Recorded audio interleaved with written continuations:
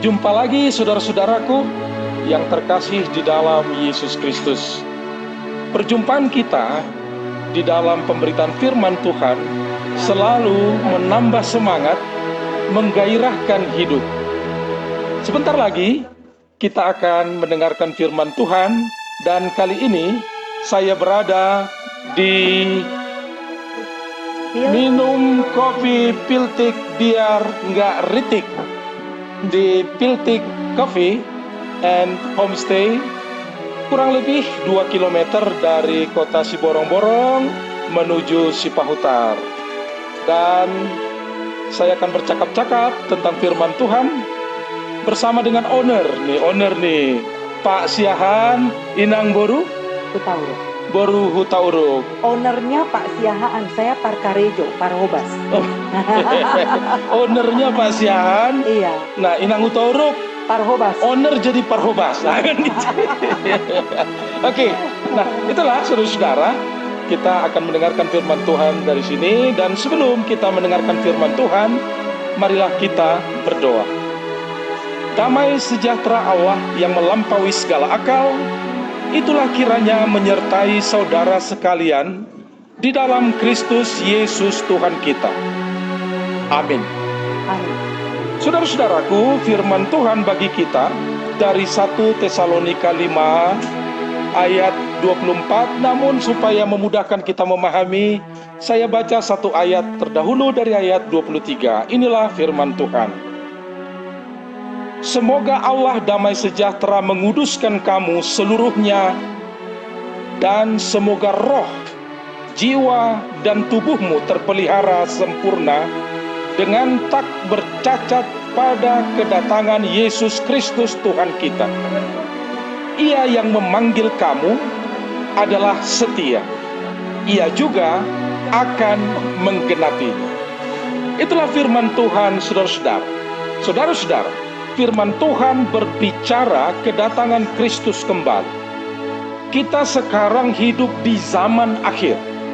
Akhir dari zaman akhir adalah akhir zaman. Sekali lagi, kita hidup di zaman akhir yang ujungnya, akhirnya adalah akhir zaman.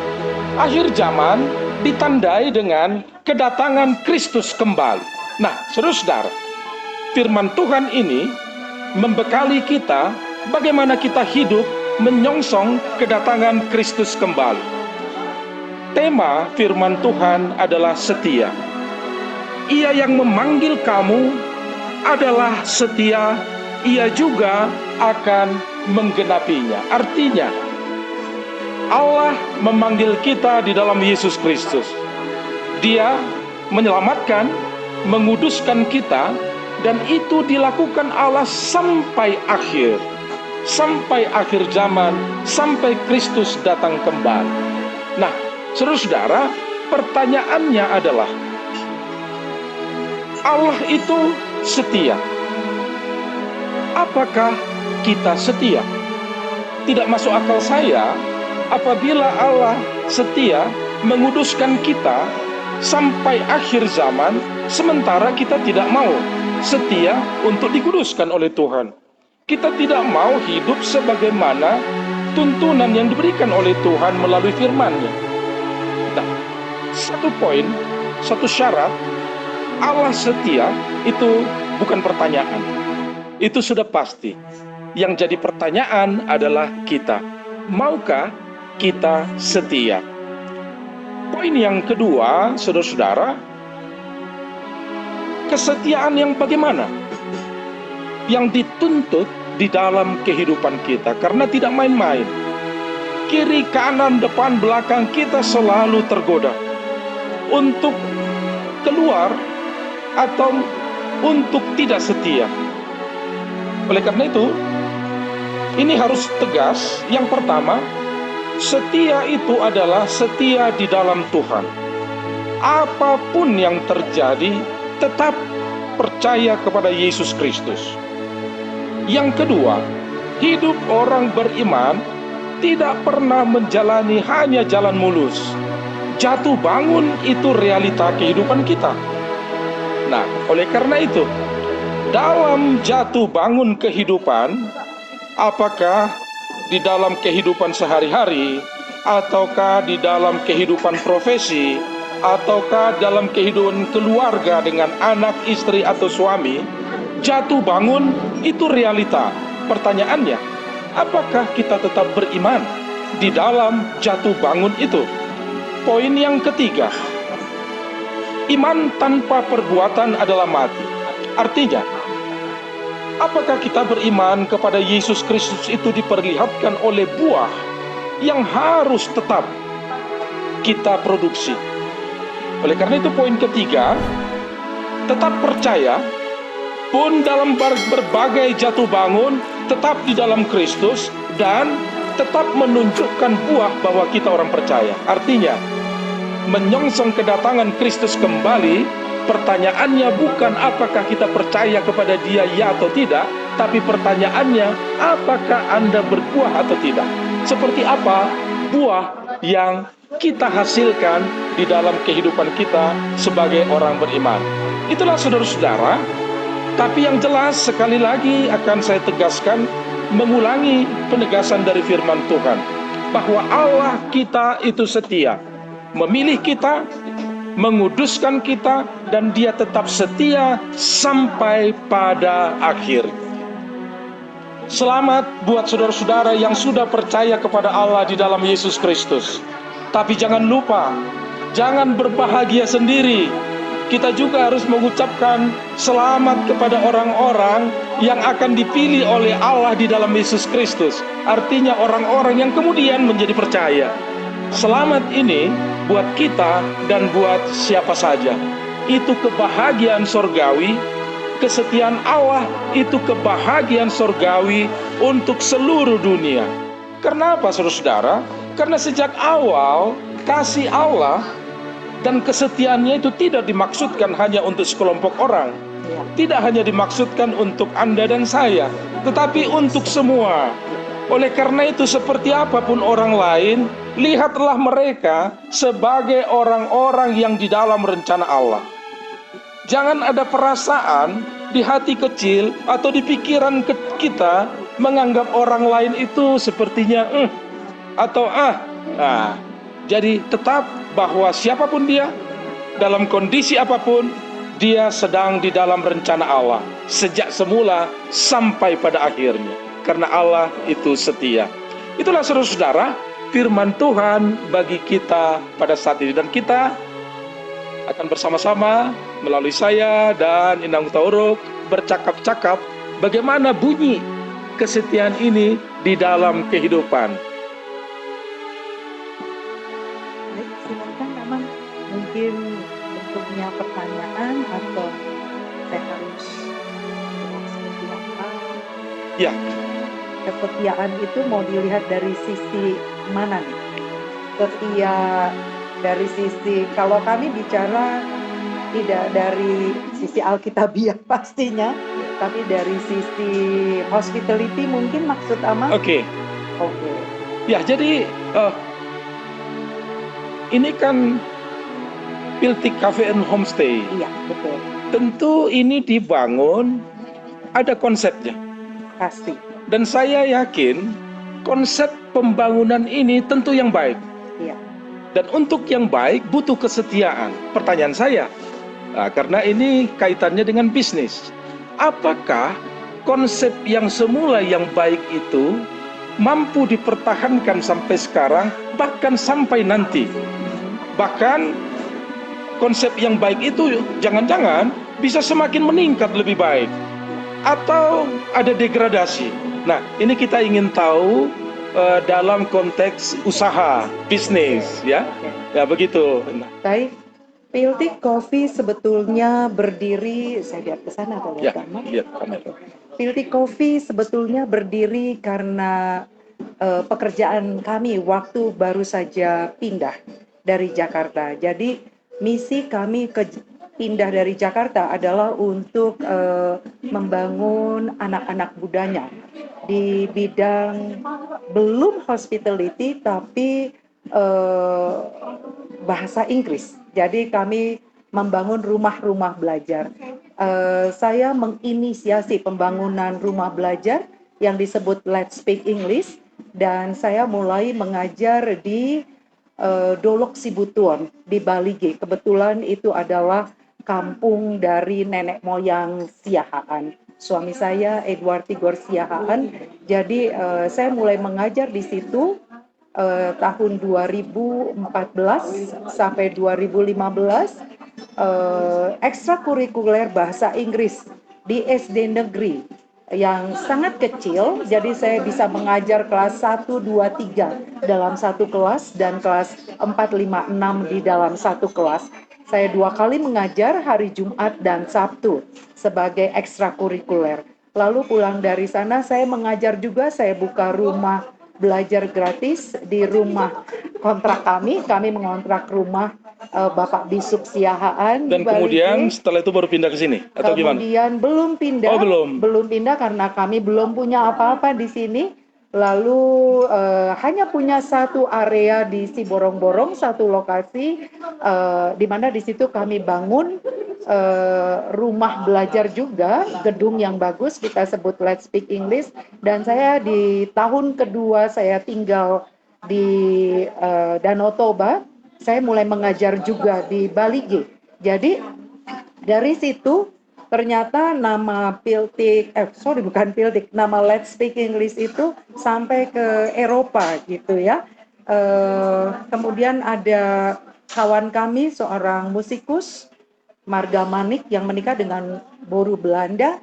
Mereka menawarkan apabila kita mau menerima mahasiswa-mahasiswa dari Belanda untuk membantu saya mengajar di rumah belajar saya. Saat itu saya iakan, kami baru punya rumah di sini, akhirnya kami bangun ya rumah di Siborong-Borong ini di Lobu Siregar, dan kami bangun juga beberapa kamar, dan merekalah tamu pertama kami. Jadi mahasiswa-mahasiswa dari Belanda yang membantu saya mengajar bahasa Inggris, membantu petani di sekitar sini juga untuk memanen atau merawat perkebunan mereka. Jadi awalnya itu, kalau Mang mulai dari bisnis, kami tidak pernah bermimpi mempunyai bisnis ini karena kami tidak punya pengalaman berbisnis ini.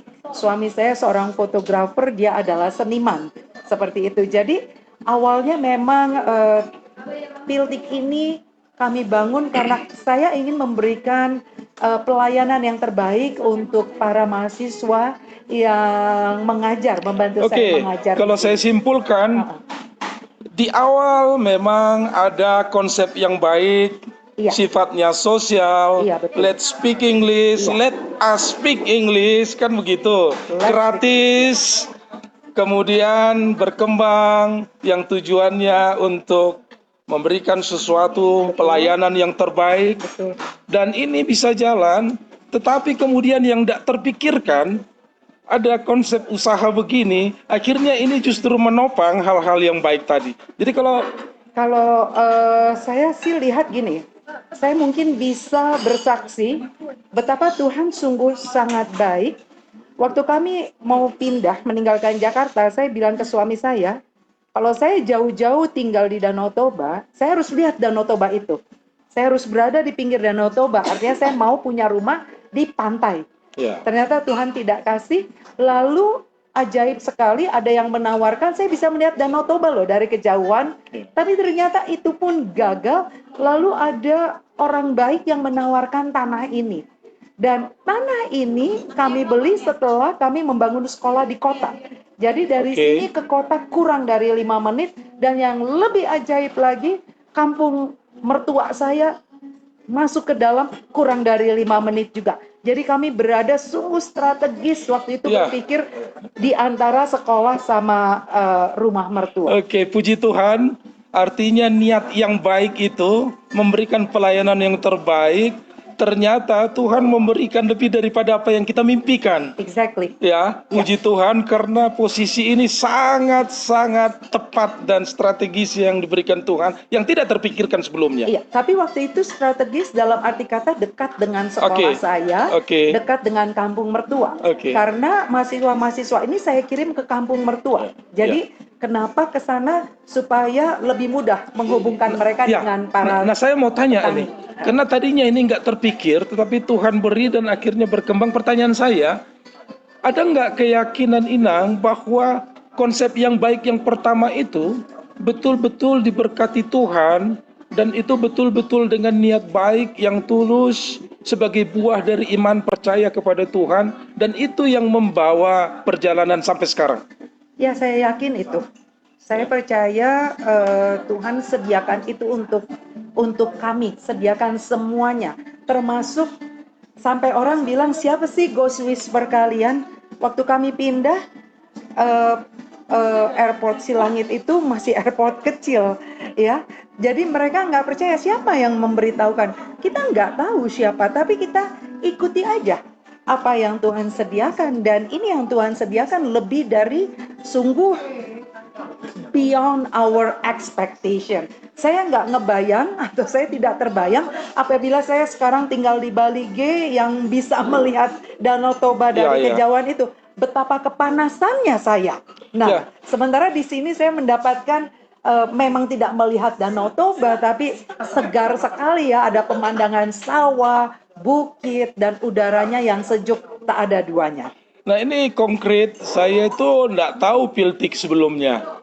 Kemudian ada acara si Hombing di Seborong-Borong, coba search penginapan hotel yang terdekat, terus kelihatan di situ Piltik Cafe and Homestay.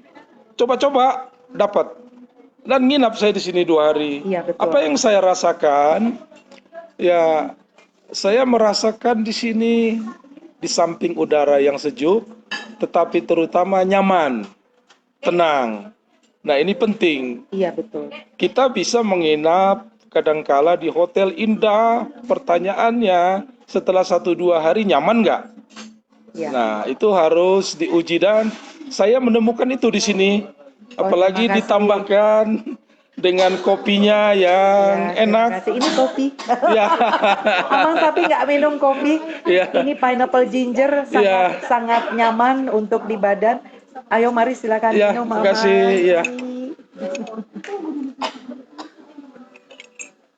Ini udah hari yang ketiga tiap hari saya minum ini nih. Iya. Nanti ini ada ceritanya juga. Ada ceritanya ya. Ada. Jadi betul-betul. Ya kembali ke firman Tuhan tadi, Allah dialah yang memanggil kita di dalam Yesus Kristus menjadi orang yang percaya kepadanya, dan dia juga akan setia menjaga memelihara kita agar tetap kudus dan tak bercacat sampai akhir zaman. Bagaimana Inang meyakini ini, dan ada nggak kaitannya ini dengan usaha untuk berbuat yang terbaik, pelayanan yang terbaik seperti Cafe Piltik ini? Pasti ada.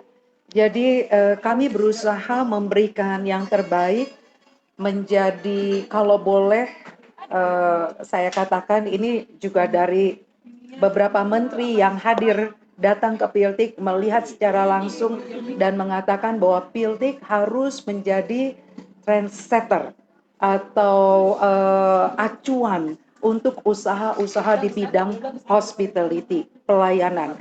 Jadi kami bangga dan sekaligus menjadi beban buat kami untuk terus melakukan edukasi yang terus-menerus kepada anak-anak muda yang bekerja di Piltik Coffee.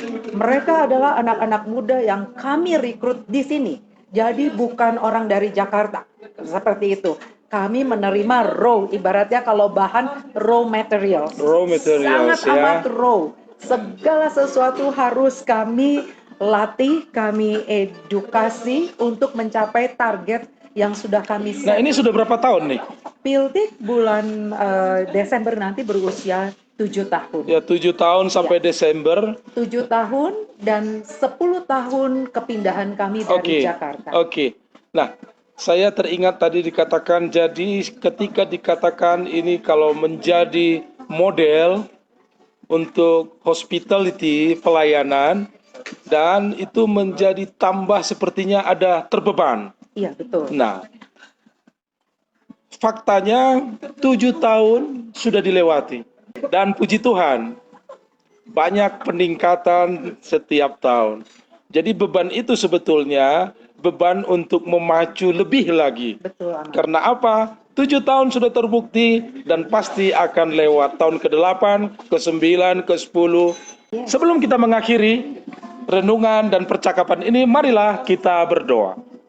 Kami bersyukur kepadamu Tuhan untuk firman dan pengalaman dalam kesetiaan hidup di dalam kebaikan. Itu bukti bahwa Tuhan menjaga, memelihara kami, dan Tuhan setia menjaga kami sampai pada akhirnya. Amin. Saudara-saudara, kita sudah mendengarkan firman Tuhan. Mungkin pada edisi berikut kita bisa ulang lagi, perdalam lagi, kembangkan lagi percakapan kita, dan akhirnya apapun yang kita hadapi tetap setia, dan jangan lupa untuk bahagia.